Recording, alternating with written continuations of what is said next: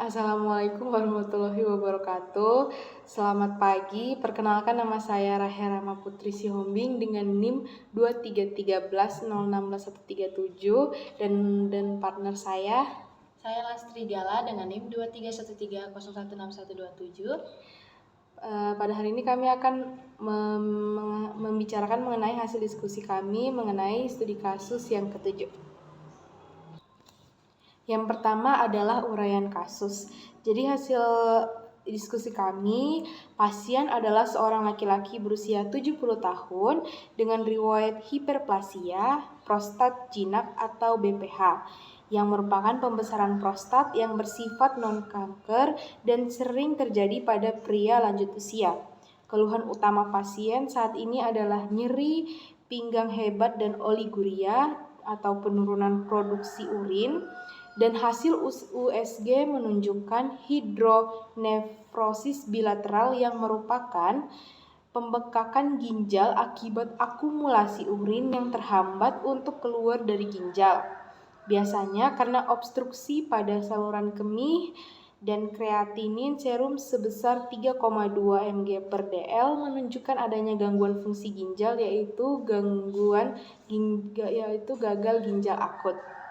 Kemudian pasien memiliki riwayat pengobatan menggunakan tamsulosin yang merupakan alfa 1 blocker yang digunakan untuk mengurangi gejala obstruksi saluran kemih pada pasien dengan BPH.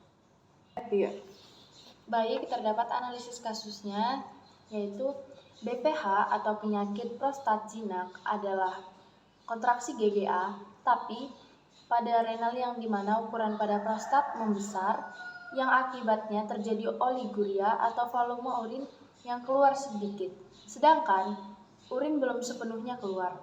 Akibat oliguria tersebut, urin terus tertampung di kandung kemih. Di sisi lain, urin terus-menerus diproduksi oleh ginjal yang akhirnya membuat kandung kemih penuh dan urin kembali ke ginjal karena tidak ada tempat untuk menampung urin sehingga terjadi hidronefrosis bilateral. Dari hasil laboratorium, kadar kreatinin serum penderita sebesar 3,2 mg per dl yang menunjukkan adanya gangguan pada fungsi ginjal dikarenakan banyaknya bahan yang harus diproduksi ginjal. Karena itu, urin menumpuk di ginjal, maka terjadi pada pinggang karena ginjal membengkak sehingga mengakibatkan pinggang yang tidak sehat. Saran atau solusi dari kasus yaitu untuk mengatasi obstruksi saluran kemih dan mengurangi tekanan pada ginjal diperlukan tindakan segera seperti pemasangan kateter, uretra atau nefrostomi perkutan penempatan tabung di ginjal untuk mengalirkan urin secara langsung. Tindakan ini penting untuk mengurangi hidronefrosis dan mencegah kerusakan ginjal lebih lanjut. Untuk penanganan BPH, penggunaan tamsulosin saja mungkin tidak cukup pada kasus ini. Pertimbangan untuk melakukan prosedur invasif minimal seperti transurethral resection of the prostate atau TURP yang merupakan prosedur bedah untuk mengurangi ukuran prostat.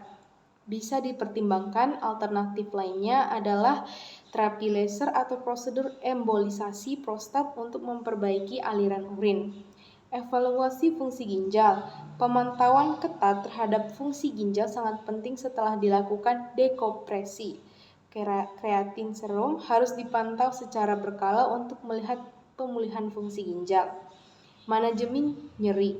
Nyeri yang signifikan dapat ditangani dengan pemberian analgesik, tetapi harus berhati-hati dengan pilihan obat agar tidak memperburuk fungsi ginjal. Ya, bisa dihindari NSAID yang bisa menyebabkan nefrotoksisitas. Hidrasi dan koreksi elektrolit. Jika pasien mengalami oliguria dan tanda-tanda gagal ginjal akut, pengaturan cairan yang tepat dan koreksi ketidakseimbangan elektrolit diperlukan. Sekian dari kami analisisnya.